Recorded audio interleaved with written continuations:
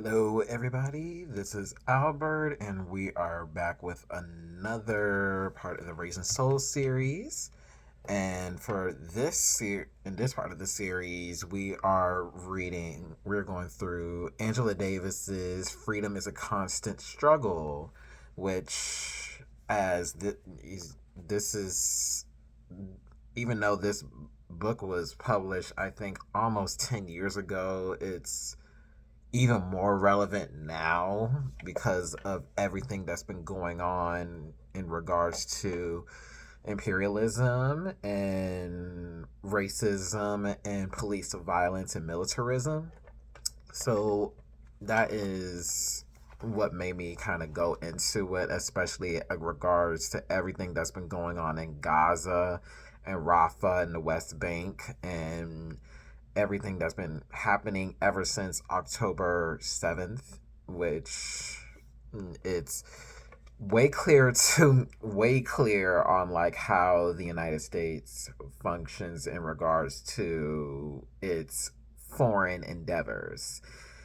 And I this is the third book by Angela Davis that we started to do a breakdown for, and I would say this book is another of I would say a good another starting point for people that are starting to get into trying to understand the world around them, the United States as a colonial project, and the state of Israel.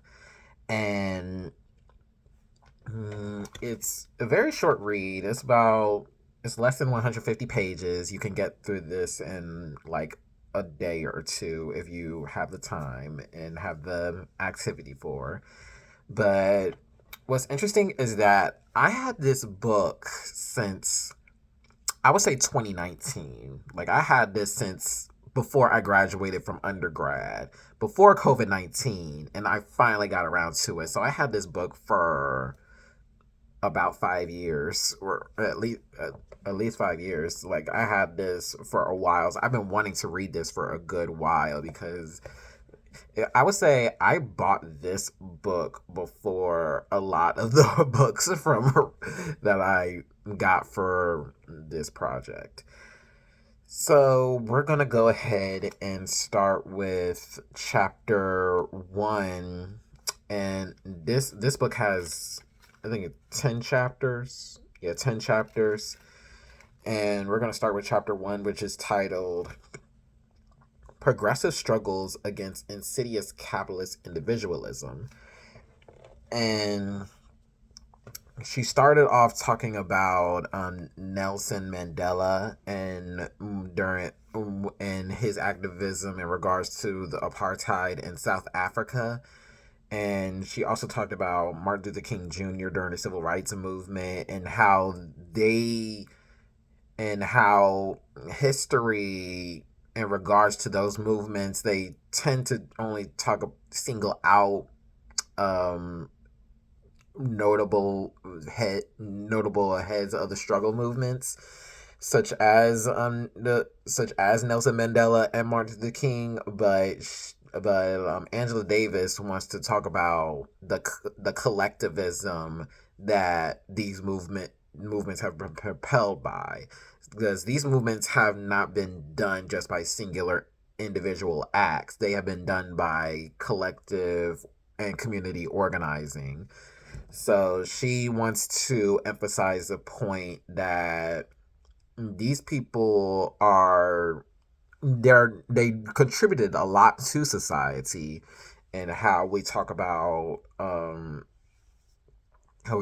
regards to social justice, but they aren't singular, but they wouldn't have got the success they got in these movements if it wasn't for the communities that they were organizing with. So, not like civil rights movement, it was mostly women that have been the backbone of the civil rights movement, but Martin Luther King Jr. has been the one that has been noted in history as a civil rights movement activist. And same goes for South African apartheid resistance movements. That it's not just Nelson Mandela that was trying to take on apartheid. It's been African women, South African women that have been organizing in spaces to resist as well. So let me see if and then Angela Davis went into, so chapter one was an interview with someone from either Switzerland or Australia. She was doing an interview with this person, pretty much talking about her legacy. What are some things that she's been looking in retrospect since she was incarcerated and participated in the Communist Party and worked with the Black Panther Party, and when she was a professor and ever since she got free from prison and things of that sort. Her work and her work in supporting Palestinian liberation and everything of that sort. And she also, and so one of the main things she was talking about is that how she noted how important the civil rights movement was in regards to legal protections, but there we need to go beyond civil rights. We need to talk about how do we get good quality housing, quality health care, education, and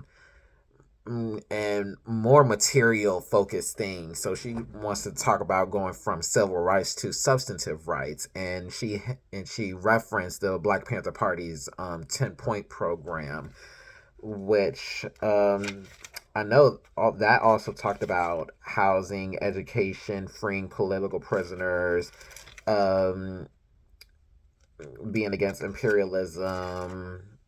And she said, like, all of these things are still things that we've been fighting to this day. Like the 10-point program was re, black the 10-point program was back in the late 60s when this was going on. The late 60s or early 70s is when they had the 10-point program, and these are things that we're still struggling to fight for. And she said that the 10-point program was also inspired by the Reconstruction era after the Civil War and Emancipation Proclamation and the 13th Amendment was passed. So she said, like, the same things that were being fought for in 1860s when it comes to having equal citizenship rights and freedom are the same things that were being fought for in the 1960s. So a century later, they're still having the same discussions. And she also talked about how Black feminism has been embraced more in contemporary activism, even though Black feminism has been around forever. I, um, and then she also talked about electoralism and how it's important to be involved in elections and everything of that sort, but we can't rely on the electoral system to fix all of our issues. And she also talked about this corporation called G4S, which is a security company. I keep forgetting what it actually stands for, but it's one of the most profitable corporations. She said the third largest corporation, and is behind Walmart and another corporation, and how they've been complicit in the Israeli occupation in Palestine and the prison industrial complex and immigration detention centers. So they are a surveillance privatized, incarcerated business that profits off of anti-Muslim, anti-immigrant proposals and criminalization of Black people and and and imperialism. And the interviewer asked about, if y'all remember a clip where Angela Davis, I think she was still going in trial. She was still going to trial when she got falsely accused for murder, and this interviewer asked her about violence and is violence, do you feel like violence is an acceptable way to get change? And Angela Davis has been talking about her experience living in Birmingham, Alabama, how there were Ku Klux Klan members that have been terrorizing her communities, and she's pretty close to the black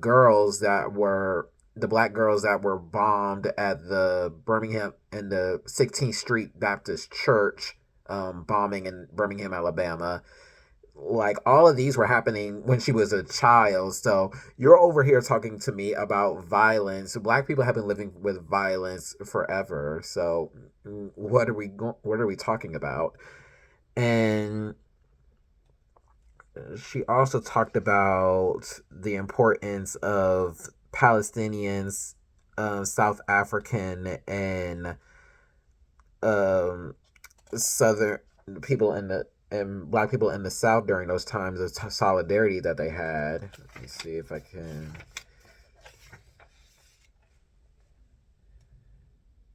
Yeah, she said I traveled to Palestine in June 2011 with a delegation of indigenous and women of color feminist scholar activists.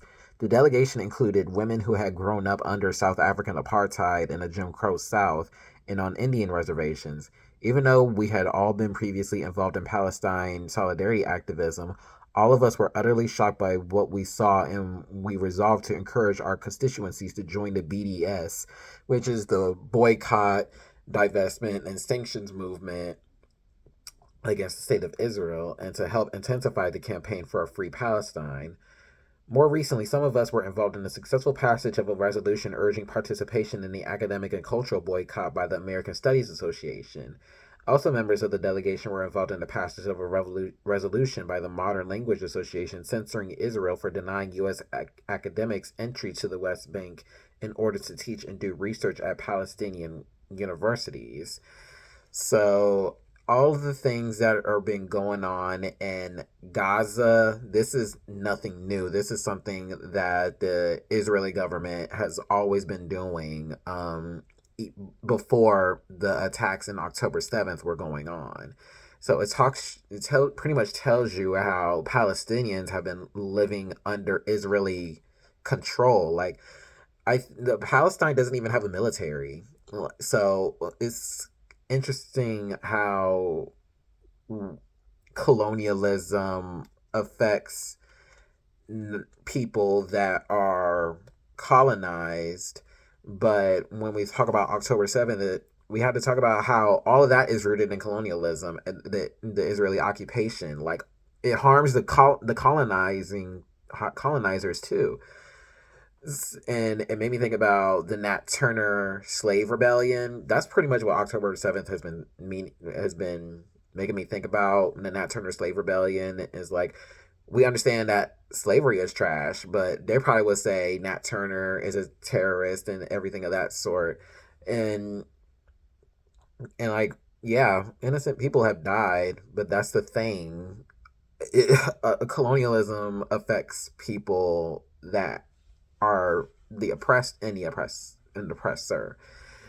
So we have to really tap into the root of the issues in order to solve and prevent things from happening, prevent violence from happening. And she also talked about this Palestinian political prisoner in Israeli prisons, and she talked about how G4S is also in control of the prisons in Israel, and a lot of them consist of Palestinians, and a lot of them were youth and women that were incarcerated. So she is trying to call for to free demand to free all Palestinian political prisoners, and that's pretty much it for chapter 1. And another thing is that she pretty much says a lot of the same things during this book. So pretty much talking about trying to emphasize the importance of Palestinian liberation and a connection between that and South African liberation and the civil rights movements. Because a lot of people that were advocating for Palestine, a lot of them learned from the civil rights movement in the 1960s, and women's movements, LGBTQ plus movements, and others. And that is it for chapter one. Chapter two is titled Ferguson Reminds Us of the Importance of a Global Context.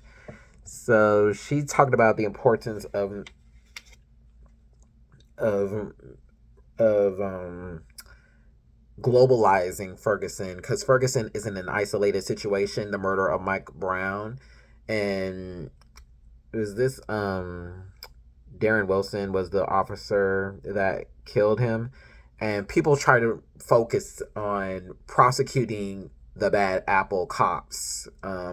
But we have to really look at it as a systematic issue because, okay, he gets prosecuted, but there are more police officers that have been that got these types of trainings, and the types of trainings that they be getting is from the IDF, the Israel Defense Forces, and the things that they've been doing to terrorize people in Palestine.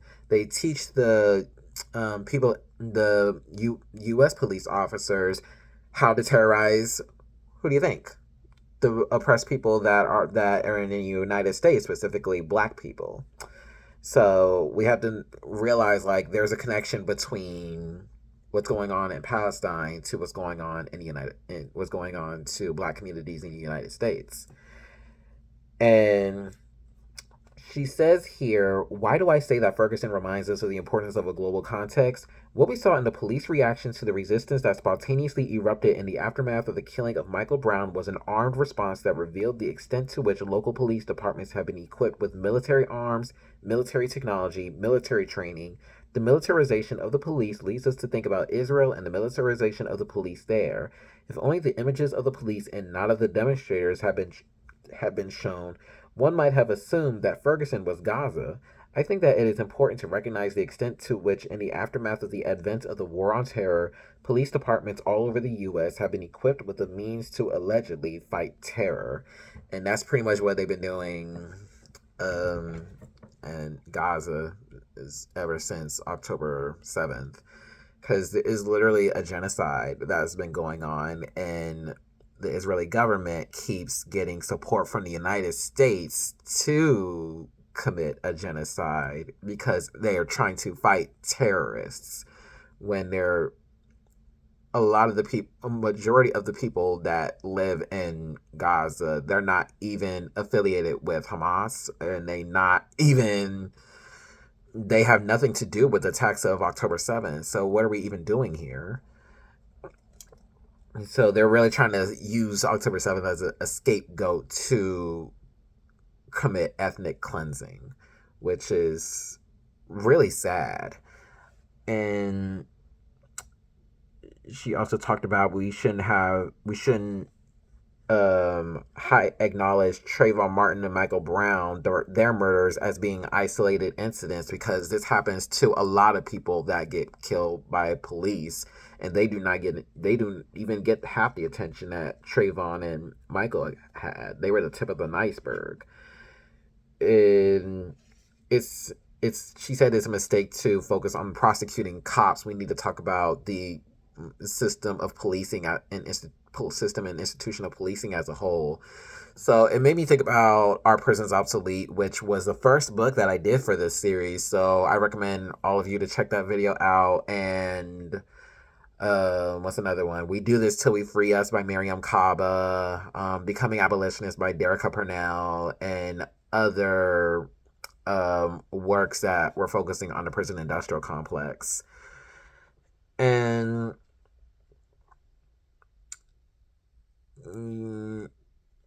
let's see. She also highlighted how we need to go beyond legal frameworks and prosecutions, and that includes South Africa. Because even though South Africa is apartheid is over, it's the same thing as the United States. Like you could say segregation and all of that is unconstitutional in your documents and say that's illegal, but the circumstances that be in place after segregation are still during segregation are still there.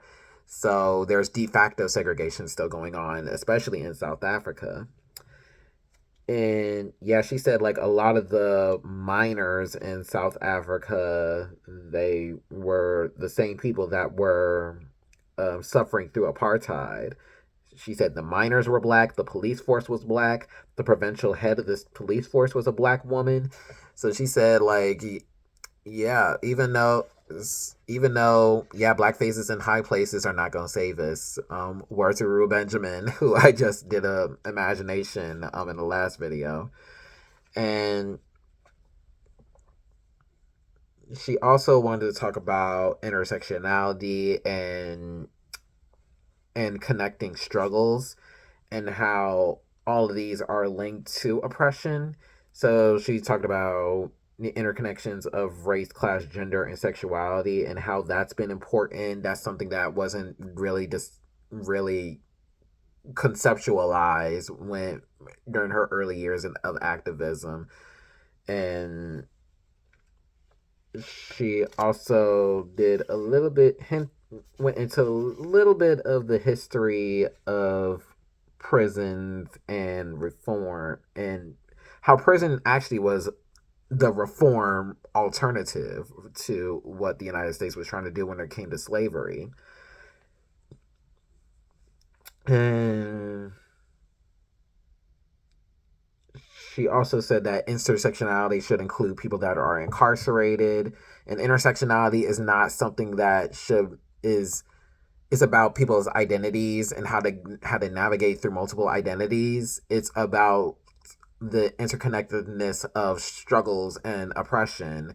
So that includes people that experience sexism, racism, classism, heterosexism, incarceration, environmentally deprived, and people that are pretty much going through the violence that white supremacy and colonialism puts on them.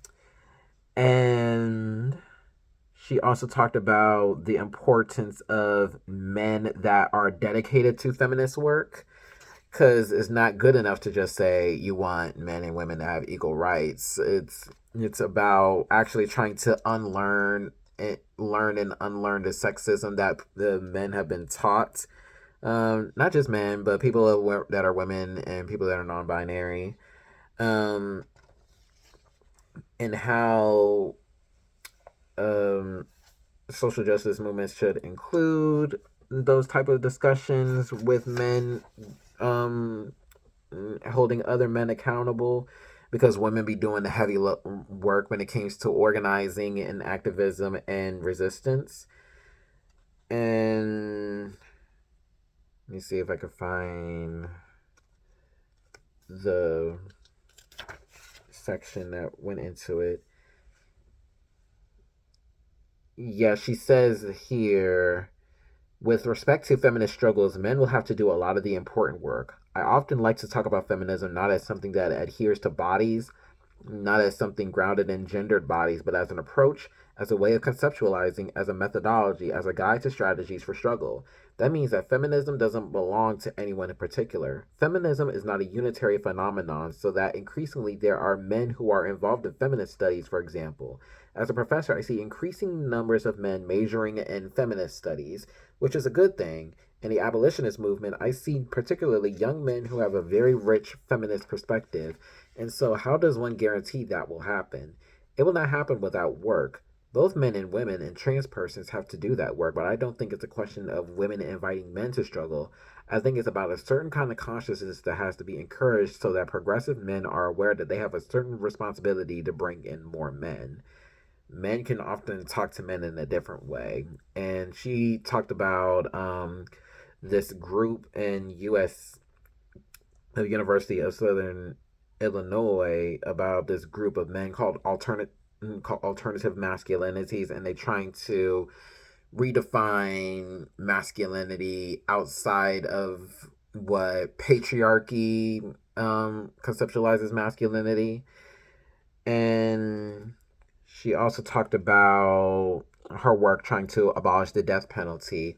And I've heard of Troy Davis, but I don't know the full story. But I know Troy Davis was someone that was on death row and eventually got the death penalty back in 2011, and there was definitely movement that was trying to call the the prisons to do away with the death penalty, and and unfortunately it didn't succeed, but it did work for Umia Abu Jamal, who is incarcerated to this day. He's still incarcerated. He's been in prison, I would say, for over 50 years, but he still, even though he was incarcerated, he still is in good connections with people that are activists, like Angela Davis, Mark Lamont Hill. He managed to make like phone calls to people that are been hosting spaces in regards to trying to help political prisoners, and that is something that needs to be included in regards to challenging imprisonment in the prison industrial complex. And I think that is it for chapter 2. And chapter 3 is titled "We Have to Talk About Systemic Change." And she went into how, even though police officers, they tend to not get prosecuted um for the killings that they do, there is the case with Jonathan Farrell, and I think this is in North Carolina. um Jonathan Farrell was killed by a police officer, and that police officer was indicted, and this was back in 2000. Was this 2011? Um, so there was like an example of police officers that do get indicted for killing innocent black men. But even though that is still not enough, because that's just one case where they can say, hey, we do hold police officers accountable. But there's endless examples of police officers that tend to not get prosecuted and tend to not get indicted. Um, so it really is, really doesn't mean as much. Like, that does give some justice to the families and things of that sort, but there are so many people that are still suffering from the trauma of losing a loved one, and that the fact that this situation shouldn't have been happening in the first place. And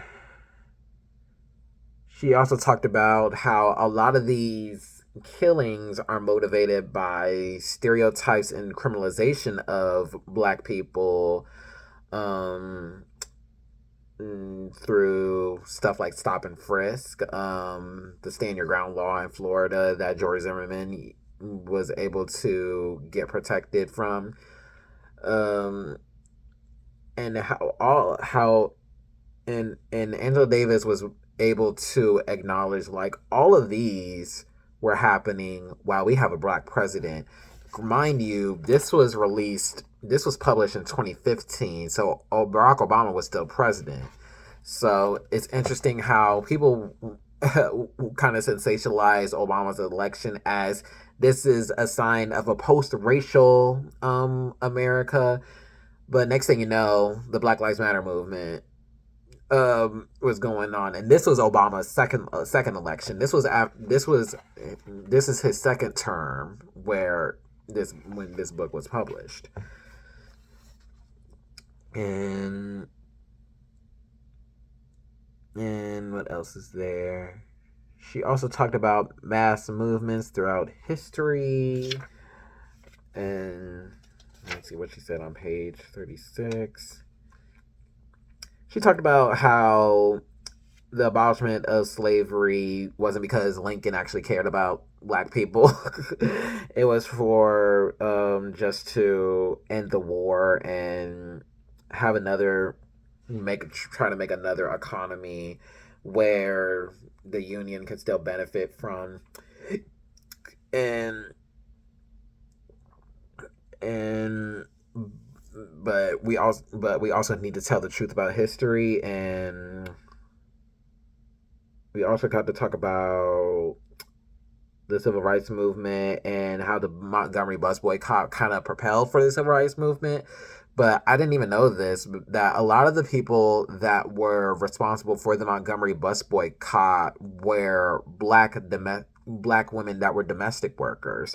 A lot of them needed to use the bus in order to get to work. But the fact that they were able to resist by stop going to the buses after Rosa Parks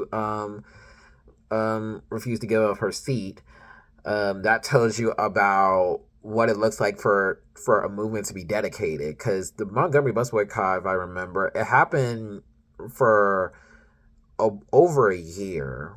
Yeah, 55 to 56. But that tells you like there was a dedication to it, because they know like you need to get into the economics of people going to the bus.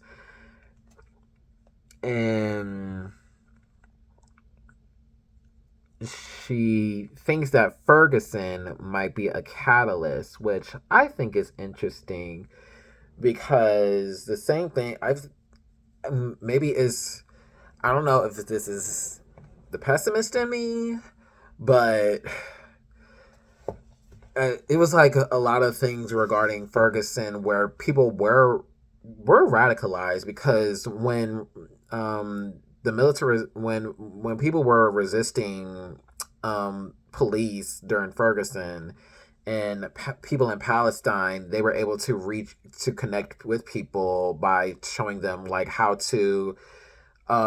get how to handle tear gas from the police and stuff like that, because they noticed that the tear gas that the police over there were using were the same tear gases that the IDF be using on them. and and that was 2014.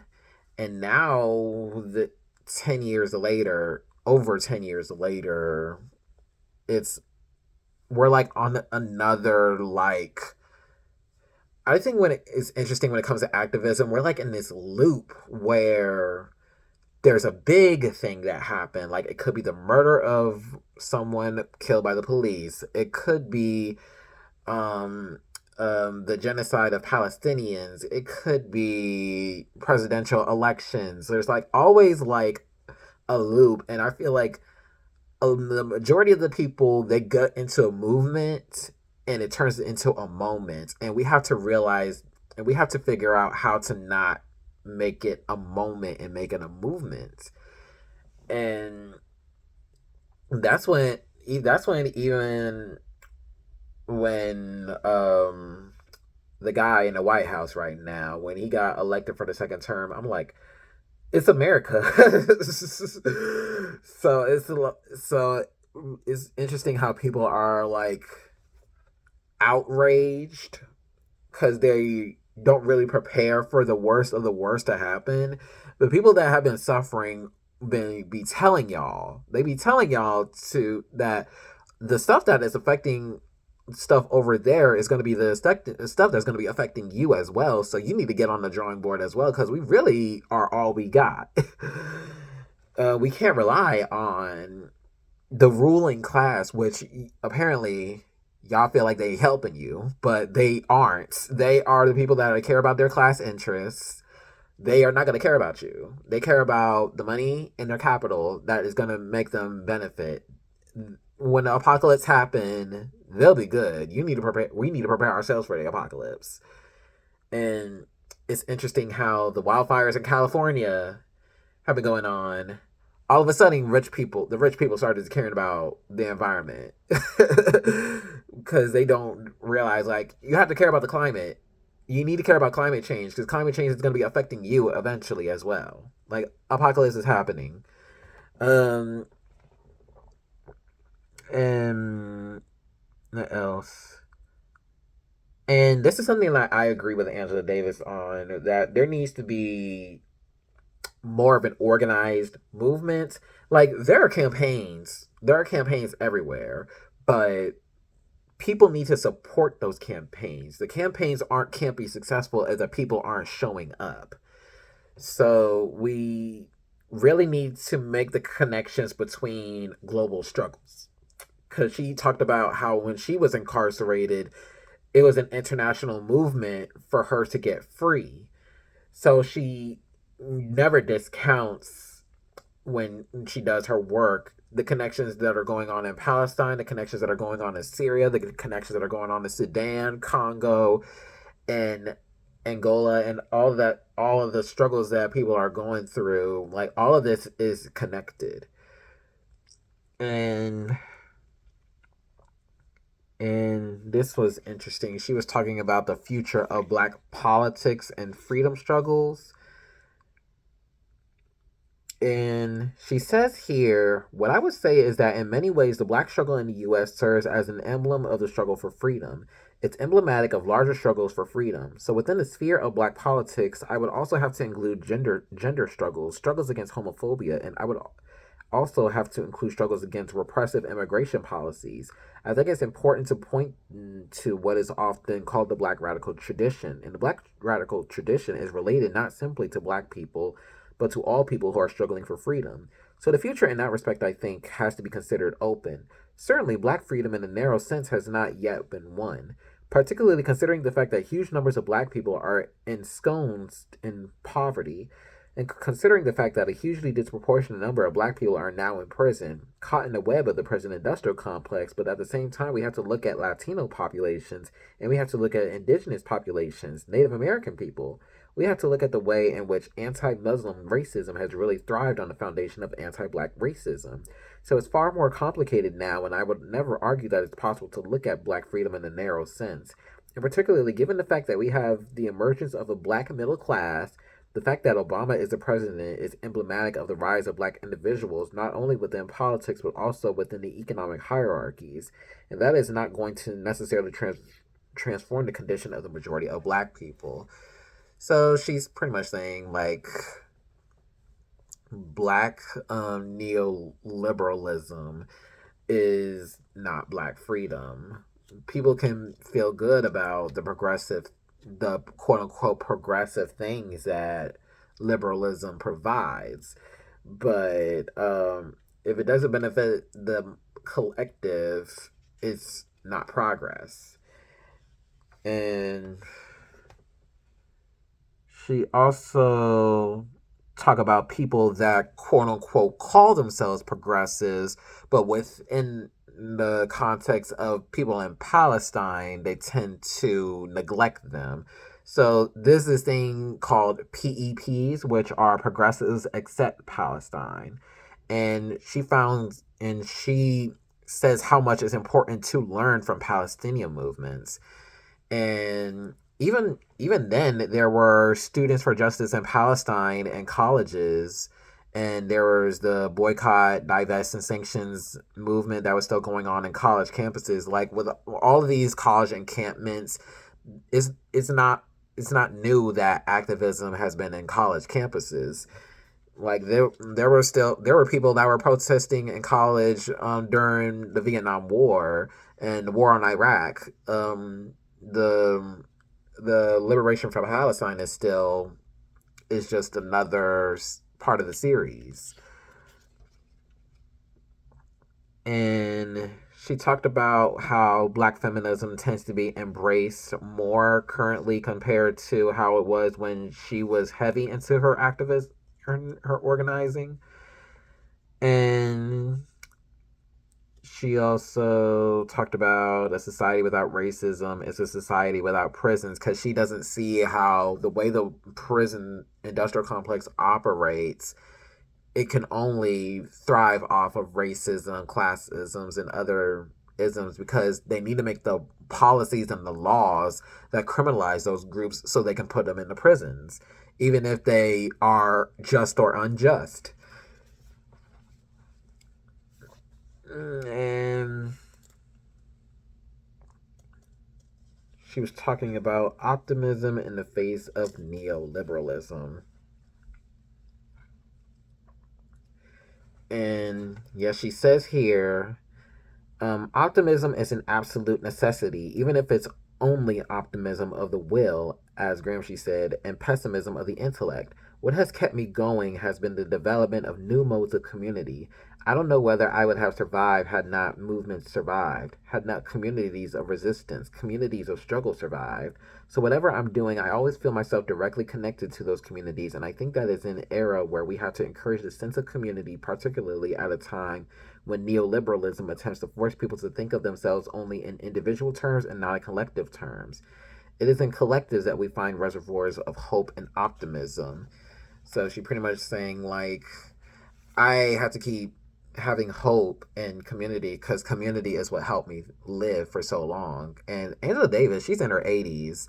Like, you have to think about all the things she went through the violence that she witnessed when she was in Alabama, when she was working with the Communist Party. She was prosecuted and being put in jail, and was like, this woman was about to get in the gas chamber, and movement work was what kept her from all of these things from happening. Like, she would be, imagine freedom as a constant struggle not being published. And all of this was going on after she was free, and she was able to do all of the things that she was able to do after she was free. And that is it for chapter 3. Chapter 4 is titled On Palestine, G4S, and the Prison Industrial Complex. And she was talking about, this was not too long after the death of Nelson Mandela. She was doing a speech in London, and she was memorializing Nelson Mandela, and she noted how Nelson Mandela, even he advocated for freedom in Palestine, and you need to connect Palestinian struggles to South African anti-apartheid movements, because the same companies that were involved in trying to fund apartheid regimes in South Africa are the same ones that are funding Israel. And interesting enough, when the case was brought up in the United Nations about South African apartheid, where was Israel and the United States doing? They wanted to keep criminalizing South Africa. And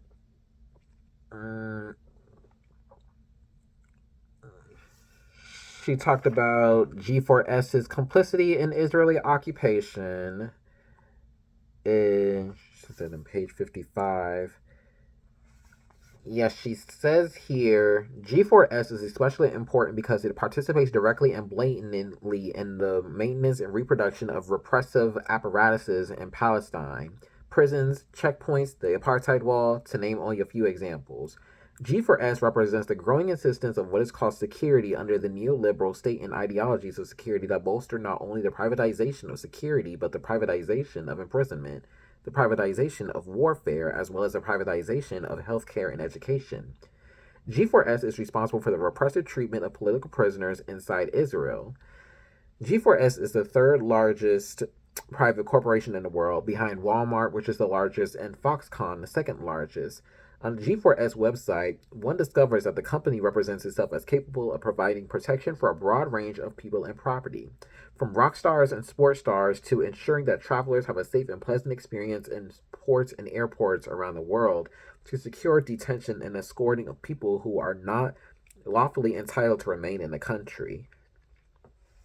So this tells you how much power G4S has. Like, it's literally involved for the security business. Like, when people think of security business, they think about G4S, and they are responsible for also holding Palestinian political prisoners captive in Israeli prisons. And also immigration detention centers. And she also brought up this man named Jimmy Mubenga, who was killed by G4S guards in London. I think it was in London. And I think there wasn't any accountability towards those guards as usual. And she talked about when she visited Palestine. She said on page 59. Yeah, she says, when I traveled to Palestine 2 years ago with a delegation of indigenous and women of color scholar activists, it was the first time the members of the delegation had actually visited Palestine. Most of us have been involved for many years in Palestine solidarity work, but we were all thoroughly shocked to discover that the repression associated with Israeli settler colonialism was so evident and so blatant. The Israeli military made no attempt to conceal or even mitigate the character of the violence they inflicted on the Palestinian people. Gun carrying military men and women, many extremely young, were everywhere. The wall, the concrete, the razor wire everywhere conveyed the impression that we were in prison. Before Palestinians are even arrested, they are already in prison. One misstep and one can be arrested and hauled off to prison. One can be transferred from an open air prison to a closed prison. And this makes me think about when the convict leasing system started to be implemented in the United States, in which they try to, even though they've freed the black people in the South from slavery, they try to find ways to keep them in slavery just by passing all these sorts of laws that are petty, but they try to make an economy out of all of this. And this is what G4S was doing for the Israel military. And that is it for chapter 4. So now we're going into chapter 5, which is titled Closures and Continuities. And she was talking about how we have these observances for historical things like Martin Luther King's "I Have a Dream" speech, the March on Washington, and and and all of these sorts of things. But people tend to forget that Martin Luther King was also an anti-war activist. Like he was advocating against the war in Vietnam, and next thing you know, not too long, that's when he got killed. And she also found it interesting how Martin Luther King has been named in so many streets.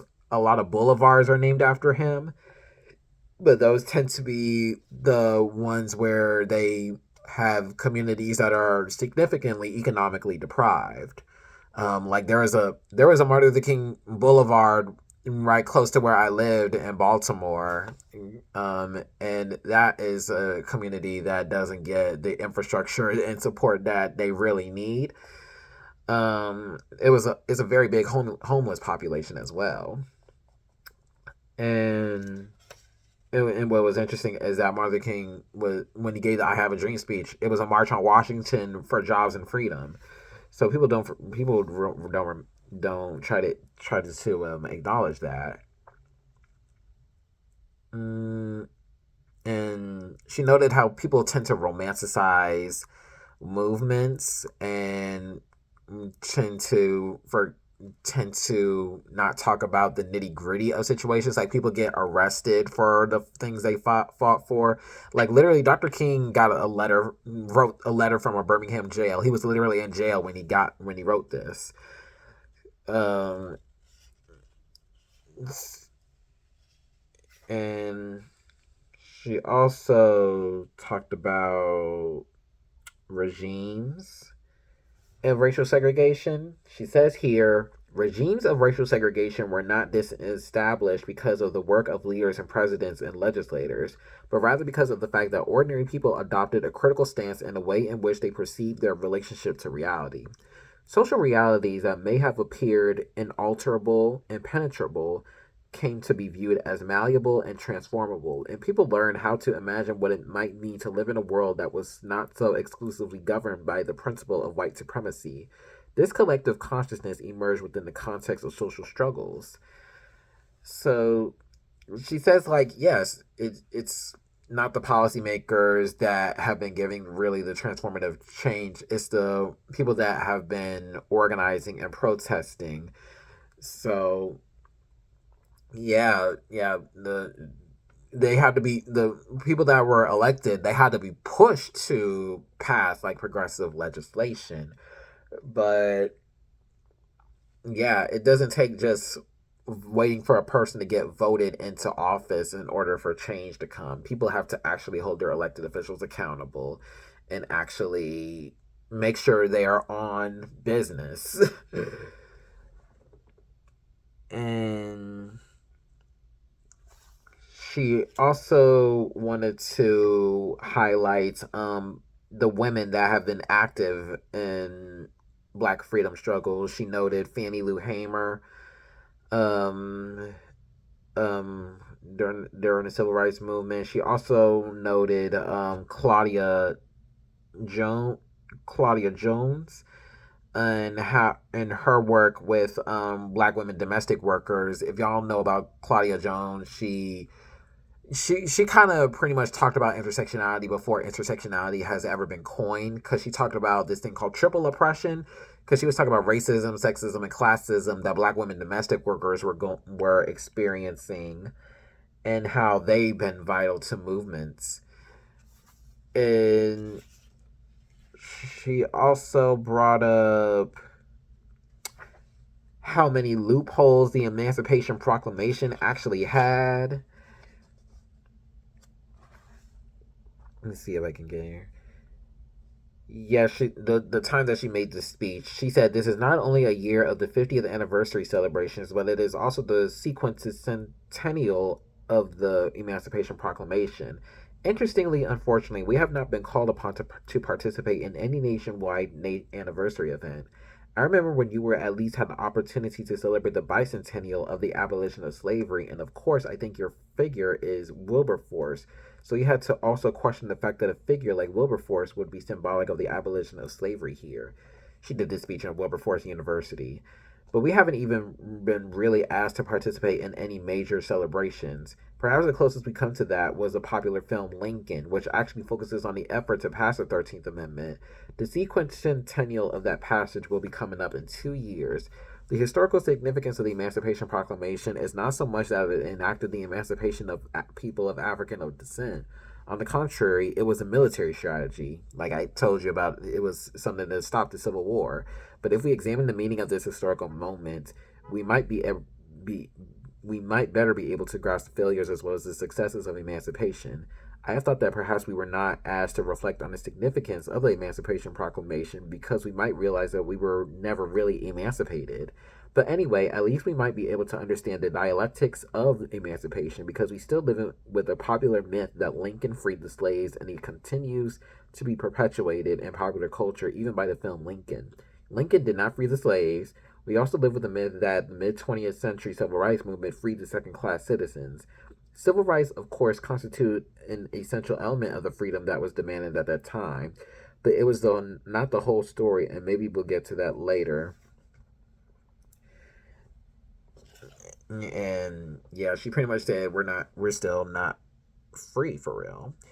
And she also highlighted the Reconstruction era because that was when there was a lot of radical movements that were going on during that time, which I didn't really I kind of knew about it, but I didn't really like get specifics into it, because she talked about the rights for public education. All of that was going on during the Reconstruction era. As you know, there's a lot of historically Black colleges, universities. A lot of those came up during Reconstruction era. Um, and a lot of that was inspired by the abolitionist agendas, and that inspired the Black Panther Party's 10-point program. And she also evoked W.B. Du Bois's Black Reconstruction, which is another book that's on my list that I want to get into. Black Reconstruction in America, I think it's called. And he said Du Bois said here how the Civil War meant emancipation and how the black worker won the war by a general strike which transferred his labor from the Confederate planter to the northern invader, and whose army lines workers began to be organized as a new labor force. So that's pretty much what the Emancipation Proclamation did. And yes, she noted the 10-point program, which she actually described in detail here. We want freedom, full employment, an end to the robbery by the capitalists of our black and oppressed communities. It was anti capitalist. We want decent housing, fit for the shelter of human beings. We want decent education for our people that exposes the true nature of this decadent American society. We want education that teaches us our true history and our role in present day society. Number 6,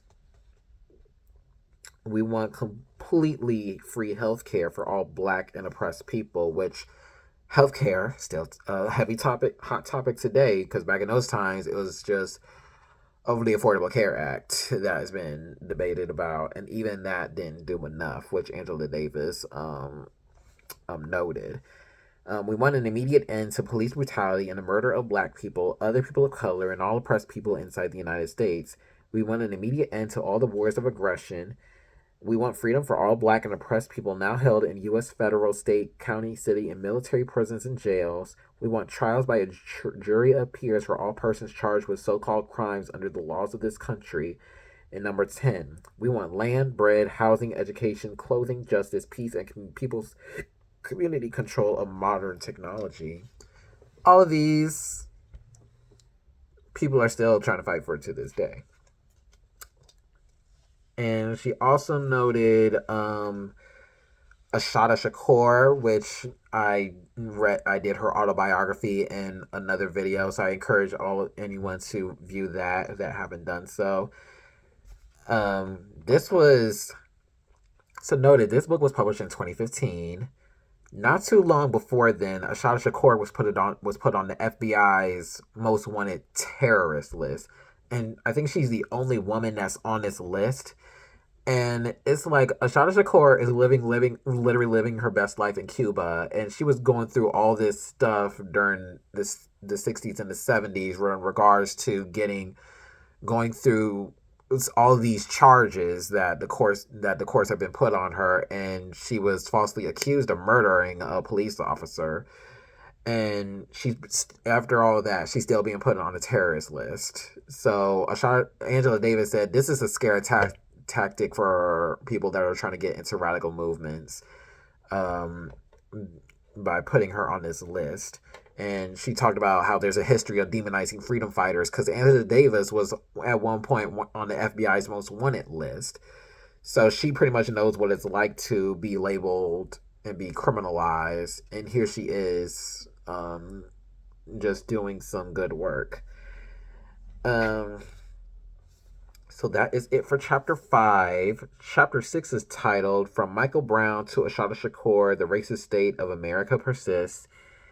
And she pretty much talked about the connections between the police killing of Michael Brown and the terrorist label that Ashada has been put on during Obama's presidency. So it tells you how much just having a black person in a high place isn't that significant. And she talked about how important it is to carry on black radical tradition throughout generations, because Ashada Shakur said so herself. Carry it on, pass it down to the children, pass it down, carry it on to freedom. And that is it for chapter 6. It was a very short chapter. And chapter 7 was titled The Truth Telling Project, Violence in America. And this was the 1-year anniversary of Michael Brown's murder. And she talked about the international solidarity that Ferguson has been receiving from other countries, such as Savona, Italy. There was solidarity from the Cuban Five, who I assume were people that were trying to get free, that were trying to battle against police violence over there. And she talked about movements in other countries and how all of it is interconnected, such as Palestine, South Africa, Syria, Germany, Brazil, and Australia. And let's see if there's anything else. Yeah, she was talking about even in those struggles, people need to challenge what is considered leadership. Um, and she said like she loves contemporary movements because they're not really hyper focused on the leaders of those movements, even though a lot of these movements are led by women, led by black women, and I have to talk about Black Lives Matter. Yeah, there were black queer women that have been responsible for Black Lives Matter movement to be a thing, but I have my critiques of the Black Lives Matter movement because it seems like they've been using a lot of funds to rip off people in activist spaces to promote black liberalism. So I have my critiques of the Black Lives Matter movement, but I will say we're at least giving attention to racism and police violence, but the way it's been used is not benefiting the collective, and we need people that actually want to be grounded in caring for their communities. And what else was discussed here? She also talked about she went into Hillary Clinton and how she said all lives matter when she was running for president back then, and she was at a church, and it was not too far from Ferguson. So this was, like I said, the anniversary of Michael Brown's death, and she still goes on to say all lives matter, which I will say once she got elected and all that stuff, she started to use Black Lives Matter. But we had to talk about the Clintons and their history in contributing to anti-black racism.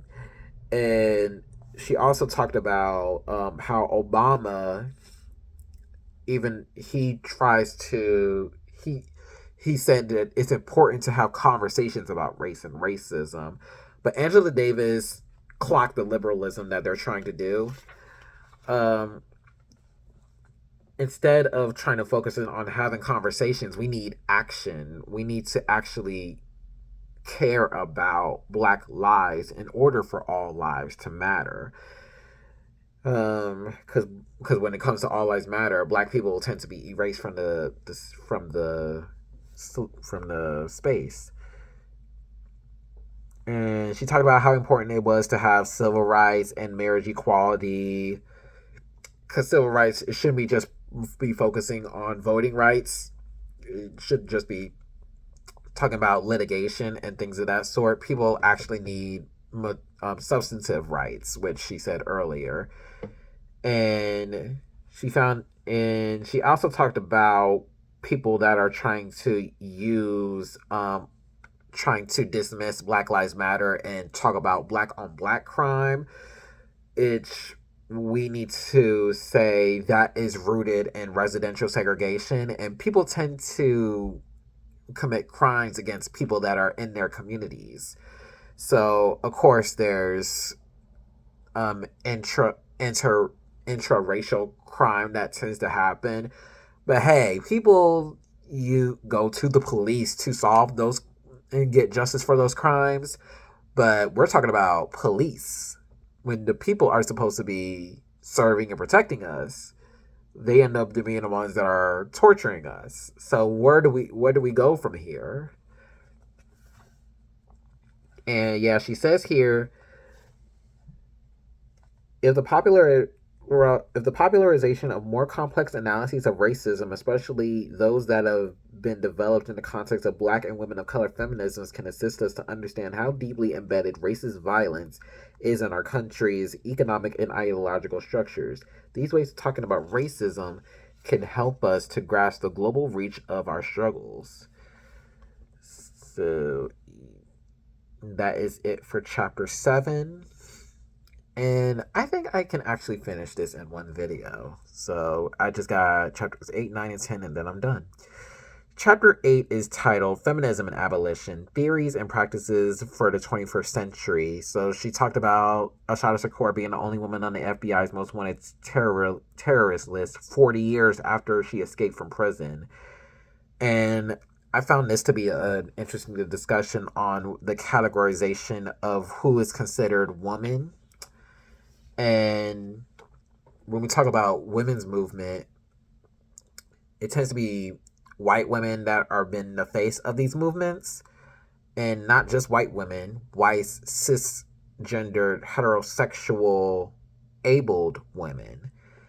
But Angela Davis noted the work of Miss Major, who was involved in the Stonewall riots, rebellion riots back in the 1960s, and she noted that Miss Major was radicalized by the Attica prison strike, and I forgot, Attica was in New York, but Miss Major got to meet who was it um Big Black, who was one of the prisoners during the Attica rebellion. And Miss Major got to meet this person and was radicalized by the discussion with Big Black.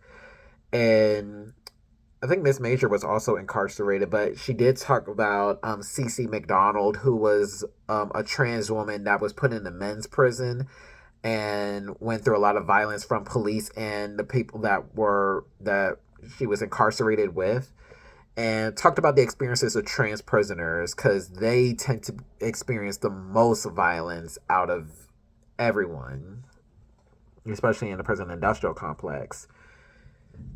And she also talked about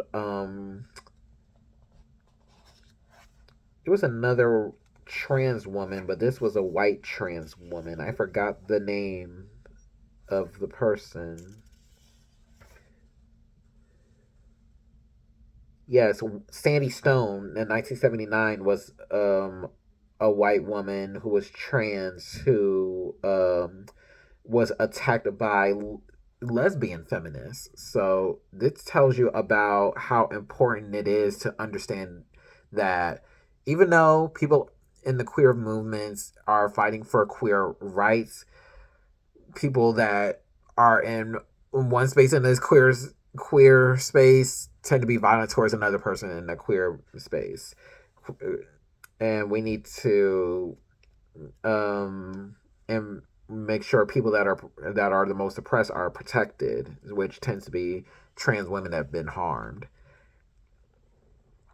And she also talked about this organization called TGI Justice Project, and she notes them over here. The TGI Justice Project shows us that these objects can become something entirely different as a result of our work. It shows us that the process of trying to assimilate into an existing category in many ways runs counter to efforts to produce radical or revolutionary results. And it shows us that we not only should not try to assimilate trans women into a category that remains the same, but that the category itself has to change so it does not simply reflect normative ideas of who counts as women and who doesn't. But by extension, there's another lesson. Don't even become too attached to the concept of gender, because as a matter of fact, the more closely we examine it, the more we discover that it is embedded in a range of social, political, cultural, and ideological formations. It is not one thing. There is not one definition, and certainly gender cannot now be adequately described as a binary structure with male being one pole and female at the other. And so, bringing trans women, trans men, intersex, and many other forms of gender nonconformity into the concept of gender, it radically undermines the normative assumptions of the very concept of gender. So she pretty much talked about how gender has been used as a colonial construct. And she also noted how feminism is more than about gender. And she says here, feminism involves so much more than gender equality, and it evolves so much more than gender. Feminism must involve a consciousness of capitalism. I mean, the feminism that I relate to, and there are multiple feminisms, right? It has to involve a consciousness of capitalism and racism and colonialism and post-coloniality's inability and more genders that we can even imagine and more sexualities than we could name. Feminism has helped us not only to recognize a range of connections among discourses and institutions and identities and ideologies that we often tend to consider separately, but it has also helped us to develop epistemological and organizing strategies that take us beyond the categories women and gender. And feminist methodologies impel us to explore connections that are not always apparent, and they drive us to inhabit contradictions and discover what is productive in these contradictions. Feminism insists on methods of thought and action that urge us to think about things together that appear to be separate and to disaggregate things that appear to naturally belong together. So she expanded on, because Angela Davis considers her more of an abolition feminist, where she wants anything that involves the status quo to be brought down and really challenged, and people be free to be whoever they want to be. So that's what she considers true feminism, and it's anti-capitalist, it's anti-imperialist, it's anti-racist, and anti-colonial. And she also talked about how the personal is political. And yeah, she also says here, there is a feminist philosophical dimension of abolitionist theories and practices. The personal is political. There is a deep relationality that links struggles against institutions and struggles to reinvent our personal lives and recraft ourselves. We know, for example, that we replicate the structures of retributive justice oftentimes in our own emotional responses. Someone attacks us, verbally or otherwise, our response is what? A counterattack. The retributive impulses of the state are inscribed in our very emotional responses. The political reproduces itself through the personal. This is a feminist insight, a Marxist-inflected feminist insight that perhaps reveals some influence of Foucault. This is a feminist insight regarding the reproduction of the relations that enable something like the present industrial complex. So she talked about how when we talk about like say gendered violence and things of that sort, yes, the person that perpetuates does inflict harm on another should be held accountable. But when we talk about the prison industrial complex, the prison industrial complex tends to be the one that actually allows those people to be violated and violence as well, and allows that violence to really be perpetrated even outside the prison walls. So we have to see, do we want to focus on retribution for our own sake, or restorative and transformation so everybody else it can be collectively secured? So we really have to redefine when we talk about public safety. And she talked about the prison industrial complex more. And she says here, prisons are racism incarnate. As Michelle Alexander points out, they constitute the new Jim Crow, but also much more as the linchpins of the prison industrial complex. They represent the increasing profitability of punishment. They represent the increasingly global strategy of dealing with populations of people of color and immigrant populations from the countries of the global south and surplus populations as disposable populations. And and that's what I guess what gave her hope during Ferguson, is that people are actually looking at how the police have been militarized and how it's connected with colonialism and imperialism, and realize that all of this is detrimental to the well-being of society and that it needs to be resisted on. So she had praise for younger generations to be able to do away with the norms and do away with carceral methodologies and do away with all that is the status quo. And we've got 2 chapters left and then we're done. Chapter 9 is titled Political Activism and Protest from the 1960s to the Age of Obama. And she kind of was like joking on Black History being the shortest month, because she's like, Black History can start from Dr. King's birthday, which is January 15th, Then we got and we celebrate until Black History Month, which is February, and then we got the Women's History Month. But we have to remember, Black women are also women, so Black women get more celebrations. And she talked about how we, even though we have these remembrances, we have to recognize the global connections that we got to them. And we had to and she noted how the Underground Railroad even got pathways up to Canada, because Canada at a time was seen as a place of refuge for people that were slaves in the United States. And she talked about how I.W. Wells went to Ireland and Scotland and England to generate support for the anti-lynching movement. Frederick Douglass traveled to Europe to gain support for anti-slavery abolition. And the Scottsboro Nine even got support from got support from an international campaign. And Angela Davis's mom was actually involved in the struggle to free the Scottsboro Nine. And she also talked about the Black Panther Party and how they were informed in internationalist politics. And she talked about the aftermath of the Emancipation Proclamation, the 13th Amendment, and Reconstruction again. Talked about how the issues that were discussed in the 1960s should have been resolved in the 1860s, but the United States want to continue having to exploit a labor force. So that's how we got slavery and another name. And we need to go beyond civil rights electoralism, remember the civil rights movement as a collective.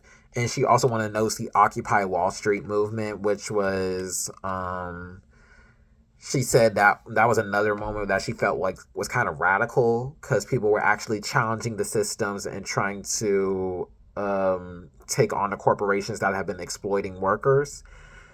And we need to also discuss immigration and do away with the immigration detention industrial complex, because that also fuels the prison industrial complex, because immigrants have been used for a lot of free and cheap labor as well. And we can't be selective in regards to activism. We can't pick and choose what activism we think is cute. We actually need to really look at and analyze what makes these movements effective and what makes them ineffective. And that is it for chapter 9. And we're on the final chapter, which is chapter 10, which is titled Transnational Solidarities. And she was in Istanbul, Turkey when she made this speech, and she remembered, in regards to the international support that she got from when she was incarcerated, how people in Turkey also expressed support for trying to free her. So she expressed her gratitude to the people in Turkey. And she also noted that after the Civil War, the United Nations created a convention on the prevention and punishment of the crime of genocide. So not too long after this convention was made, there were Black people that were petitioning on charging the United States for genocide because of all of the things that Black people have been going through. You have to think about it, like slavery. Then there was race riots. There were Black communities that were burned and bombed.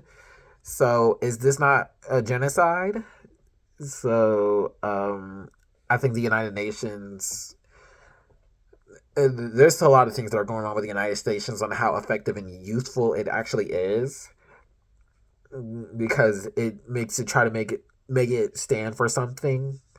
But she also talked about how other genocides, they tend to be recognized, such as the Holocaust, the genocide that was going on amongst Turkish people, and the Armenian genocide. And she noted how she wrote a book by this she read a book by this person on how important it was to have intergenerational oral stories being taught to generation to make sure that people know their history and what they can do to actually answer to what history has been giving problems of. And let's see what page it was.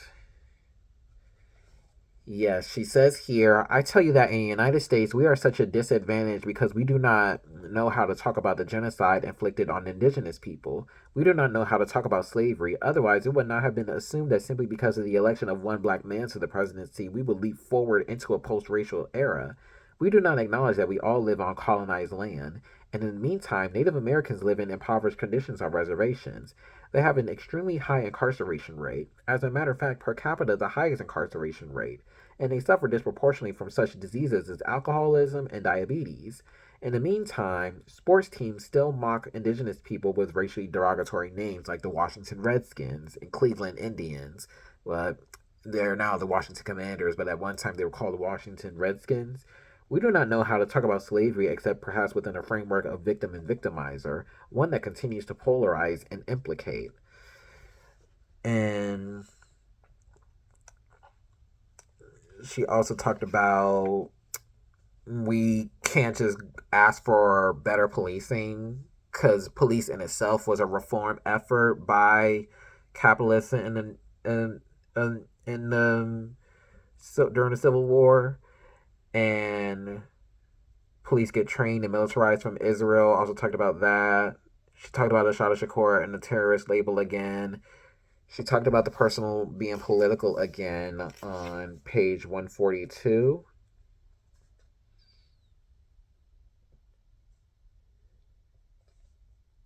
Yeah, she says here, some of us has always insisted on making connections in terms of prison work between assaults on women in prison and the larger project of abolishing imprisonment. And this larger project requires us to understand where we figure into transnational solidarity efforts. This means that we have to examine various dimensions of our lives, from social relations, political context, but also our interior lives. It's interesting that in this era of global capitalism, the corporations have learned how to do that. The corporations have learned how to access aspects of our lives that cause us to often express our innermost dreams in terms of capitalist commodities. So we have internalized exchange value in ways that they would have been entirely unimaginable to the authors of Capital. But this is the topic of another lecture.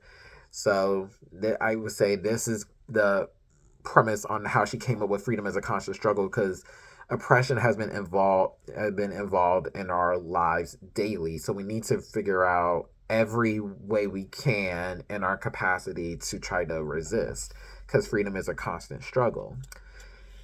And she talked about, even though the murders of Trayvon Martin and George Zimmerman were highlighted, she um, provided the story of Marissa Alexander, who was sentenced to 20 years for trying to defend herself against sexual assault.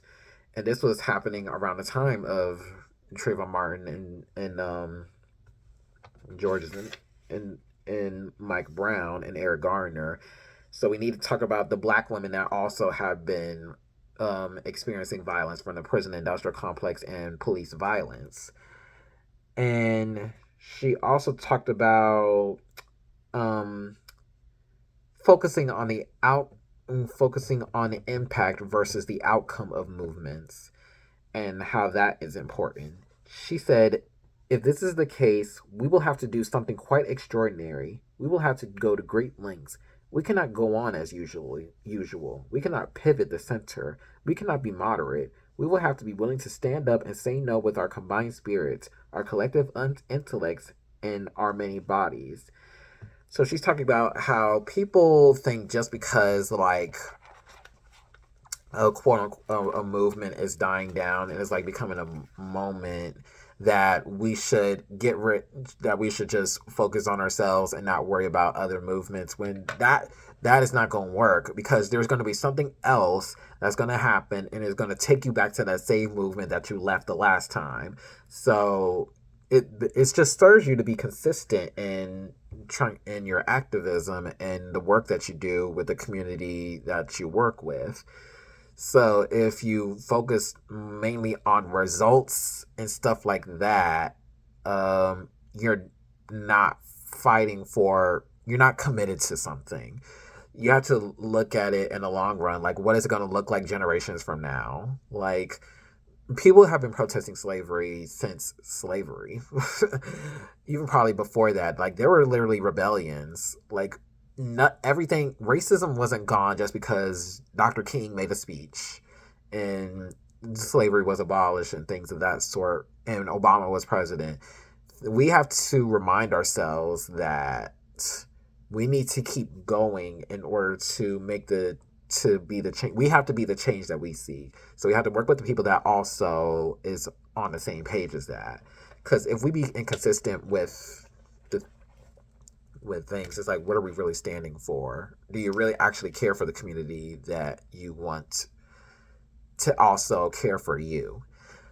And that is it with Freedom as a Conscious Struggle by Angela Davis. So that is all. So I think after this, I'm going to go into fiction again because I would say it's kind of nonfiction.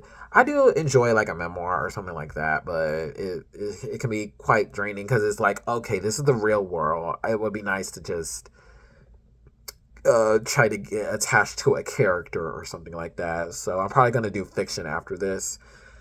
But that is it with Freedom as a Conscious Struggle by Angela Davis. I strongly recommend this book, especially if you're like trying to understand what's going on in Palestine and try to learn a little bit probably of South Africa. What are the things that tends to be negated in the news? So I would say it kind of helps you in that regard. And I'm glad I finally got to this book because I had it for about 5 years now. And that is it. Hope y'all take care of yourselves. Stay blessed and stay tuned for another part of this series. And I will see y'all later. Follow my Raising Souls page on Instagram. The app will be on the description box below. And subscribe and all that jazz. And I'll see you later. Bye.